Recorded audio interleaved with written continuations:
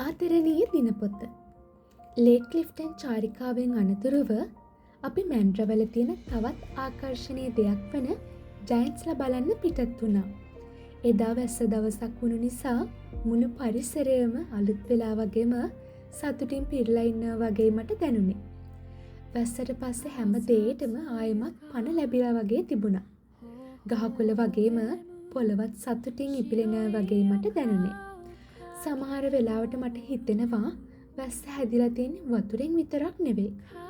සතුට කියන හැඟීමත් මිශ්‍ර වෙලා කියලා. මොකද වැහි බිඳු ගස්වැල් වගේම පොළව සිපගත්තට පස්සේ මුළු පරිසරයම වෙනස් වෙනවා. හැමදේම වඩාත් මුදු නැවුම් සහ සතුටුදායක වෙනවා. අපි මුලින්ම බලන්න ගියේ සෙබාස්ටෝන් කියන යෝධයාවයි. ඒ යෝධයා ඉන්න තැනට යන්න තිබුණු පාරේ දර්ශනය හරිම ලස්සනයි. ඒ වගේම ඒ පරිසරය හරිම නිස්කලංකයි. මමයි මගේ මහත්තයයි දෙන්නම හිටියේ ගොඩක් සතුටින්. පාරේ එක පැත්තකින් නිසල කලපුව වගේම අනිත් පැත්තෙන් හුළඟට හෙමින් හෙලවෙන පඳුරු සහ උස් ගස් වලින් පිරීලා තිබුණා. ඒ මොහොත මට දැනුනේ ආතතියෙන් සහ ഘോഷාවෙන් තොර වෙනස්ම ලෝකයකට පය තිබ්බා වගේ. හුඟක් කාලයකට පස්සේ අපේ මනසට පොඩි විවේකයක් දෙන්න අපිට පුළුවන් වුණා. එදා දවස හරිම සැහැල්ලුවෙන් වගේම හරිම සතුටින් ගත කරා. යෝධයා ඉන්න තැනට කිට්ටු වෙද්දී පාර තවත් ලස්සන වුණා. දෙපැත්තෙන්ම වටවුණු ඒ පුංචි අඩිපාර මොහොතකට හෝ හුස්ම නවත්තන්න තරම් හරිම ලස්සනයි. කලපුවේ වතුරට තිබුණේ නිල් කොළ පාට මිශ්‍ර ලස්සන පැහැයක්. ඒක හරියට වීදුරුවක් වගේ නිසලයි. ඒ දිහා බලන් ඉද්දී හිත සුවපත් වෙනවා වගේ දැනුණා.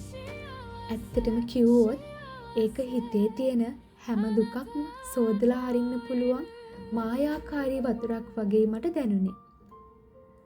මුහුදු පක්ෂීන් වතුර මතු පිට හිමින් පීනන ආකාරය වගේම ඊට පස්සේ වතුරට කිමිදෙන හැටිත් අපි බලාගෙන හිටියා.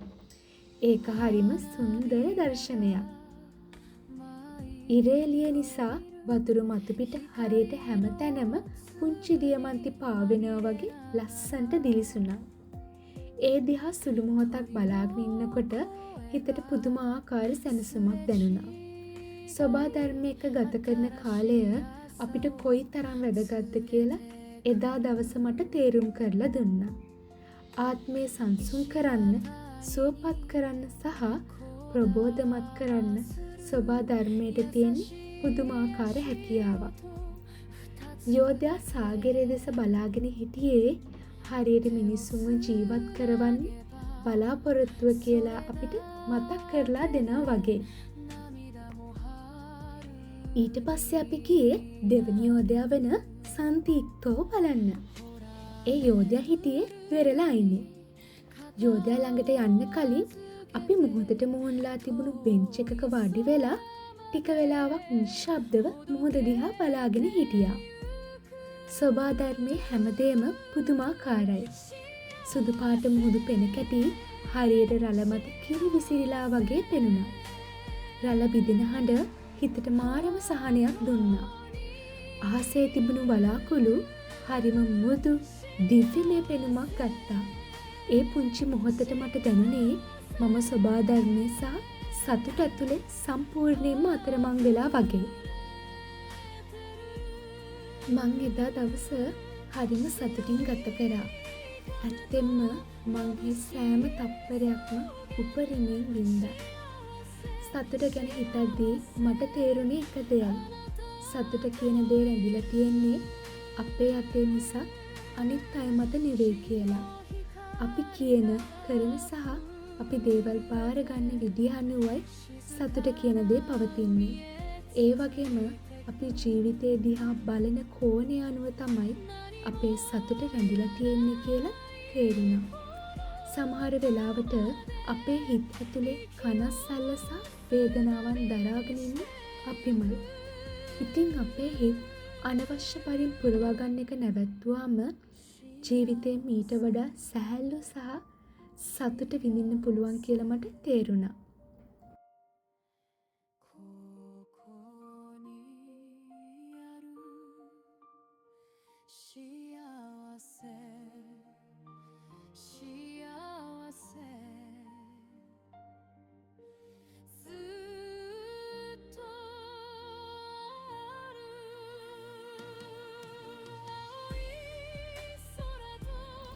අන්තිමේදී අපි දෙවනි යෝධයා බලන්න ගියා. දෙවනි යෝධයාව දැක්කම හිතුනේ ඔහු තමන් ඉදිරියේ තියෙන මේ සුන්දරත්වය විඳිමින් දෑත් දිගු කරලා මුහුදේ අසිරි අගය කරනවා වගේ. දවස් අවසානයේ අපි නැන්ඩොස් එකට ගිහින් ලන්ච් එකක් ගත්තා. ඩෙසර්ට් එකක් කන්න අපි අමතක කළේ නෑ. ඒ දවස මතක් වෙද්දී දැනෙන්නේ සාමය, සතුට, සුවය සහ පුංචි මායාකාරී මොහොතවල් පිරුණු ඇත්තටම සුන්දර දවසක් විදිහටයි.